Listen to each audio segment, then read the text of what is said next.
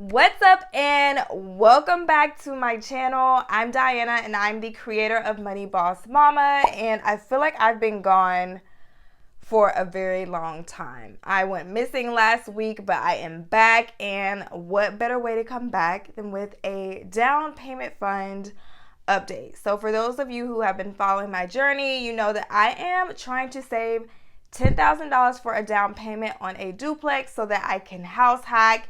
And last down payment fund update, I did say that I wanted to start off January in the $3,000 range because I was going to be applying some extra money.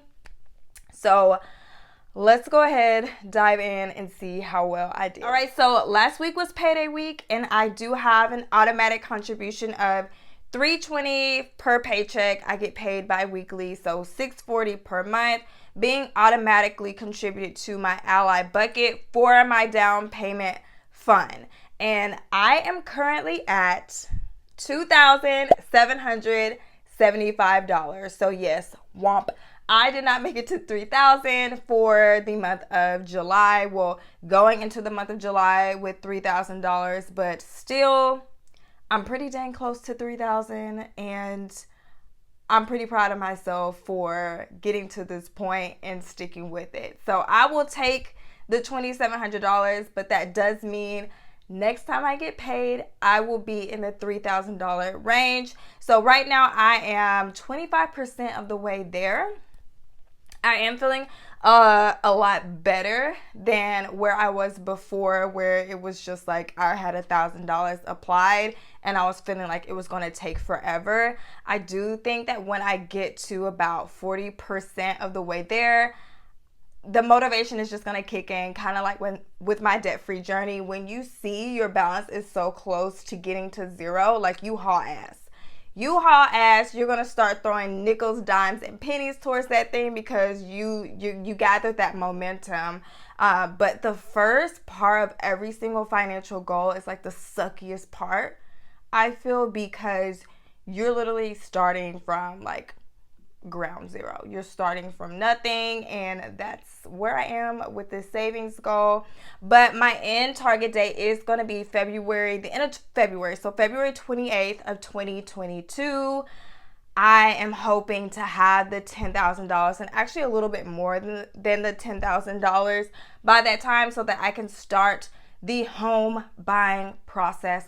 Finally, I will not sit up and act like I know everything. As I start my research, I will say I'm going down this rabbit hole where you read one article and there's a term that you don't know. So you click on that term and it takes you to something else, and you see another term and you're like, oh hell, I didn't even know that. And then you click on another term, and then it's just a big rabbit hole, and it's like it never ends. So that's currently where I am in the process, but I do want to make sure that I know the ins and outs.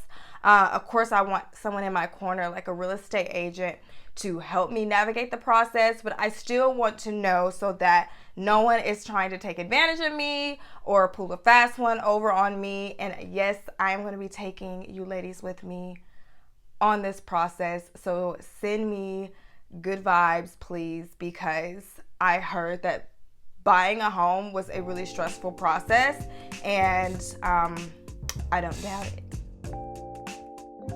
So I want to show y'all something really quickly that helped me tremendously on my debt-free journey, and it is helping me on my savings journey as well.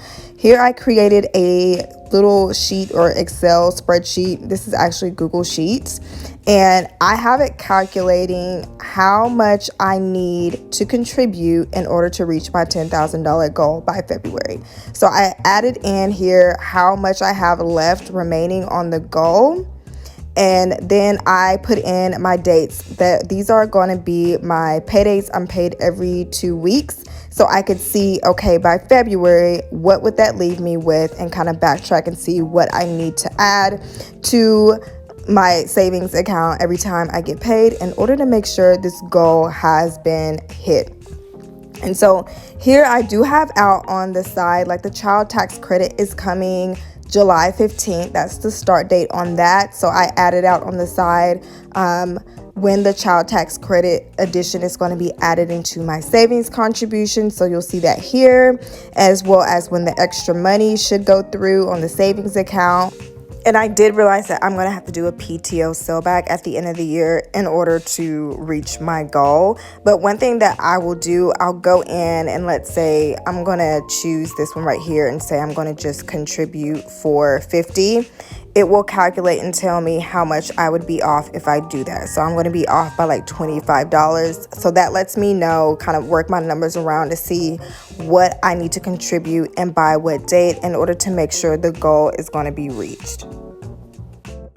But a little bit of my projections for July, I do feel like July is going to be a really good month in regards to my contributions because I'm anticipating being able to double the amount that I normally put in there. So I am hoping to put in like an additional month's worth of money towards my down payment fund and get it into or closer to the $4,000 range based on some extra income that I have coming in. And it's kind of like what I tell other people, like you're going to get to a point where there's nothing more to cut and reduce. Like you have got to focus on your income and increasing your income once you hit that point. Like once you know how to make your current income work for you right now for your situation, get that stable, get your behavior in check, get into the groove of following a budget and, you know, being resourceful and being mindful of your spending.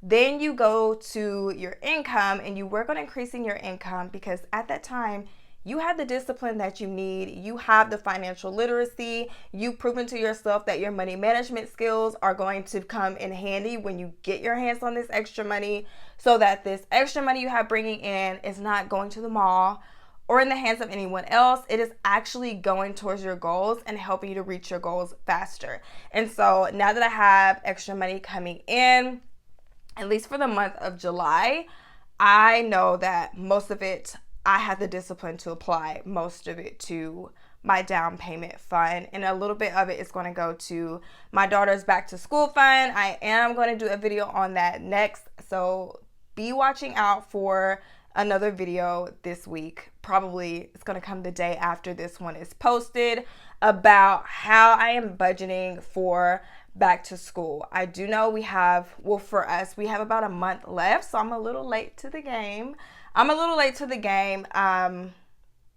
Not gonna lie, I'm typically last minute, but I am gonna show you guys how I'm budgeting. I'm gonna switch up the budget for this school year because I don't want to be last minute again. I want to contribute smaller amounts by being proactive and starting a lot earlier, but also how I'm going to keep myself in check and some things that you need to be mindful of when you are school shopping or preparing for the upcoming year for your kids. But I am happy to be back. Be sure to share with me down below in the comments, how are your money goals going? What are you working on? How's it going? How are you feeling? Share a recent financial win with us all, and I will catch you all in the next video.